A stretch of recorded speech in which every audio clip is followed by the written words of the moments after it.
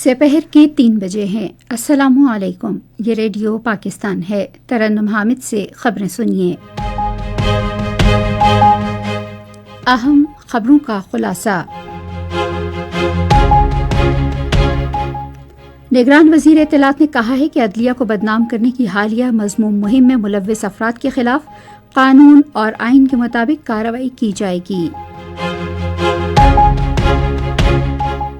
آئندہ عام انتخابات کے لیے واٹر مارک والے 26 کروڑ بیلٹ پیپروں کی طباعت کا کام زور و شور سے جاری ہے۔ نگران وزیر صحت نے کہا ہے کہ عالمی برادری کو عالمی ہیلتھ سیکیورٹی کے لیے اہم کردار ادا کرنا چاہیے۔ سیکیورٹی فورسز نے ضلع یوب کے سمبازا سیکٹر میں خفیہ اطلاعات کی بنیاد پر ایک کارروائی میں 7 دہشت گردوں کو ہلاک کر دیا۔ بھارت نے مقبوضہ جموں کشمیر میں جمعے کو منائے جانے والے یوم جمہوریہ سے قبل سیکیورٹی کے نام پر پابندیاں مزید سخت کر دی ہیں۔ اور چین کے صوبے یونان کی زینگ ژیانگ کاؤنٹی میں تودہ گرنے سے 47 افراد ملبے تلے پھنس گئے ہیں۔ اور اب خبریں تفصیل کے ساتھ۔ نگران وزیر اطلاعات و نشریات مرتضی سولنکی نے کہا ہے کہ سپریم کورٹ کے ججوں کے خلاف حالیہ مذموم مہم چلانے والوں کے خلاف قانون اور آئین کے مطابق کارروائی کی جائے گی۔ آج اسلام آباد میں پاکستان ٹیلی کمیونیکیشن اور وفاقی تحقیقاتی ادارے کے 7 حکام کی ایک پریس کانفرنس میں انہوں نے کہا کہ وزارت داخلہ نے اس معاملے کی تحقیقات کے لیے اس ماہ کی 16 تاریخ کو ایک مشترکہ تحقیقاتی ٹیم کا نوٹیفیکیشن جاری کیا تھا۔ انہوں نے کہا کہ FIA، PTA اور دیگر متعلقہ ادارے اپنی تحقیقات جاری رکھے ہوئے ہیں اور اس سلسلے میں کئی سوشل میڈیا اکاؤنٹس کی نگرانی کی جا رہی ہے۔ انہوں نے ملک اور بیرون ملک موجود عناصر کو خبردار کیا کہ وہ ایسی سرگرمیوں سے باز رہیں۔ DG PTA احمد شمیم پیرزادہ نے کہا کہ انہیں توہین آمیز مواد کو ختم یا بلاک کرنے کا اختیار حاصل ہے۔ ڈائریکٹر آپریشن FIA وقار الدین سید نے کہا کہ وہ پوری طرح باخبر ہیں اور ریاست اور اداروں کے خلاف مذموم مہم چلانے والوں کے خلاف فوری کارروائی یقینی بنائی جائے گی۔ انہوں نے کہا کہ ہم سپریم کورٹ کے ججوں کے خلاف حالیہ مہم میں ملوث سوشل میڈیا اکاؤنٹس کا پتہ چلا رہے ہیں۔ ڈائریکٹر آپریشن FIA نے کہا کہ کسی کو ریاستی اداروں کے ذمہ داران کے ساکھ کو نقصان پہنچانے کی اجازت نہیں دی جائے گی۔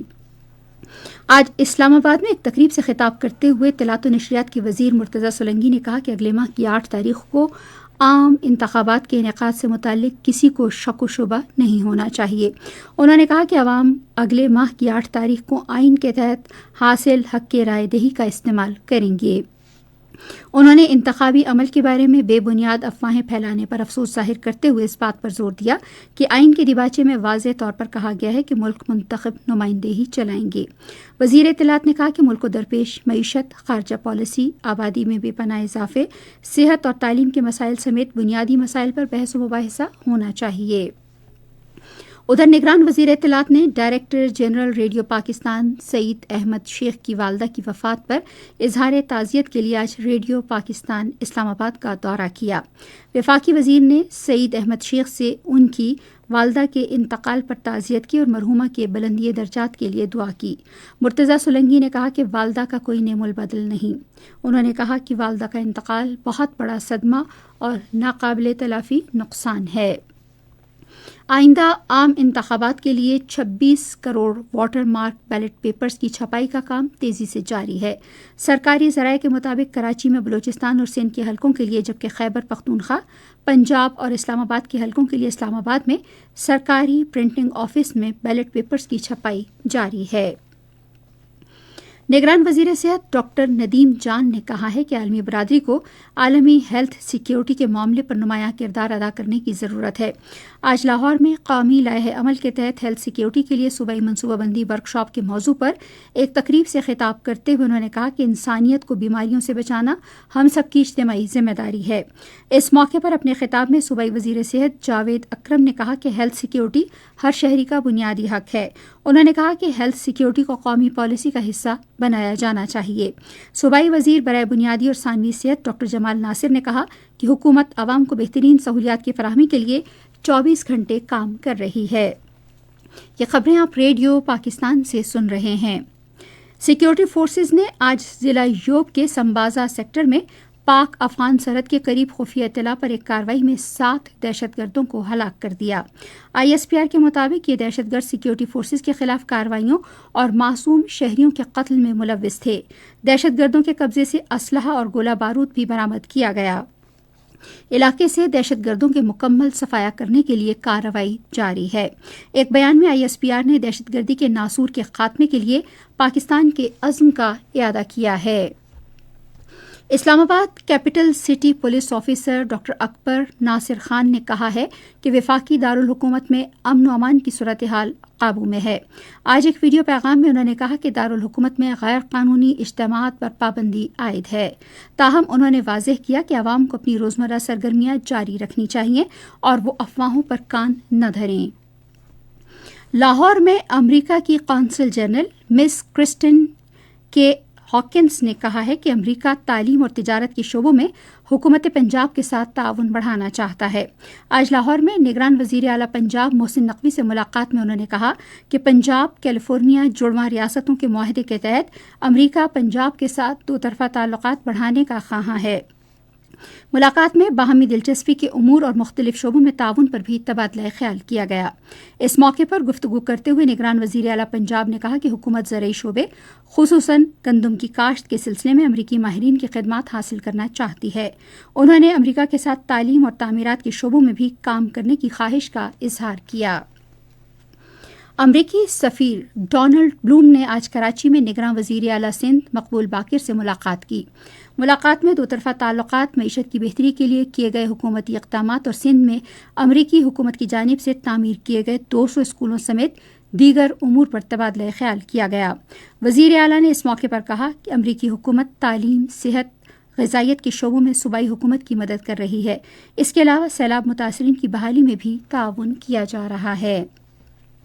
غیر قانونی طور پر بھارت کے زیر قبضہ جموں کشمیر میں بھارتی قابض انتظامیہ نے 26 جنوری بروز جمعہ کو بھارت کے نام نہاد یوم جمہوریہ سے قبل سیکیورٹی کے نام پر سخت پابندیاں عائد کر دی ہیں۔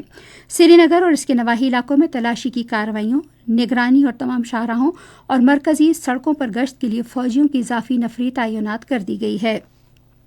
اہم داخلی مقامات پر مزید چوکیاں قائم کی گئی ہیں، CCTV کیمرے نصب کیے گئے ہیں اور اہم مقامات پر عارضی بنکرز قائم کیے گئے ہیں، جبکہ ہر جگہ بلٹ پروف بختربند گاڑیاں تعینات کی گئی ہیں جن سے کشمیریوں کو شدید مشکلات کا سامنا ہے۔ چین کے صوبے یونان کی ینگجیانگ کاؤنٹی میں تودہ گرنے سے 47 افراد ملبے تلے پھنس گئے ہیں۔ ذرائع ابلاغ کے مطابق تودے تلے تقریباً 18 خاندانوں کے افراد دب گئے ہیں، جبکہ 200 افراد کو فوری طور پر ملبے سے نکال لیا گیا ہے۔ تودے تلے دب جانے والے مزید افراد کی تلاش جاری ہے۔ اردو کے معروف ادیب مولانا محمد حسین آزاد کی آج 114ویں برسی منائی جا رہی ہے۔ ان کی ادبی خدمات میں نثر اور شاعری شامل ہے، تاہم انہیں زیادہ تر ان کی نثر نگاری کے باعث یاد رکھا جاتا ہے۔ محمد حسین آزاد کی نمایاں تصانیف آب حیات، دربار اکبری اور نیرنگ خیال ہیں۔ ان کا انتقال 1910 میں آج ہی کے دن 80 برس کی عمر میں ہوا۔ ریڈیو پاکستان آج سپہر 3:10 پر اپنے قومی پروگرام میں اردو کے معروف ادیب مولانا محمد حسین آزاد کی برسی کے سلسلے میں ایک خصوصی فیچر پروگرام نشر کرے گا۔ اور اب موسم کی صورتحال۔ محکمہ موسمیات کی پیشگوئی کے مطابق آئندہ 12 گھنٹے کے دوران ملک کے بیشتر علاقوں میں موسم زیادہ تر سرد اور خشک جبکہ شمالی علاقوں میں شدید سرد رہے گا، تاہم کراچی میں بعض مقامات پر بارش کا امکان ہے۔ اسلام آباد، خطہ پوٹھوہار اور پنجاب، خیبر پختونخوا اور بالائی سندھ کے میدانی علاقوں میں شدید دھند اور اسموگ چھائی رہے گی۔ آج ریکارڈ کیا گیا بعض اہم شہروں کا درجہ حرارت: اسلام آباد 13 ڈگری سینٹی گریڈ، لاہور اور گلگت 11، کراچی 27، پشاور 9، کوئٹہ، مری اور مظفر آباد 12، سری نگر 11، جموں 10 اور لیہ -3 ڈگری سینٹی گریڈ ریکارڈ کیا گیا۔ اسی کے ساتھ خبریں ختم ہوئی۔ مزید خبروں اور تجزیوں کے لیے آئیے ہماری ویب سائٹ پر radio.gov.pk اور فیس بک کے link radio Pakistan news official پر براہ راست ویڈیو اسٹریمنگ بھی ملاحظہ کیجیے۔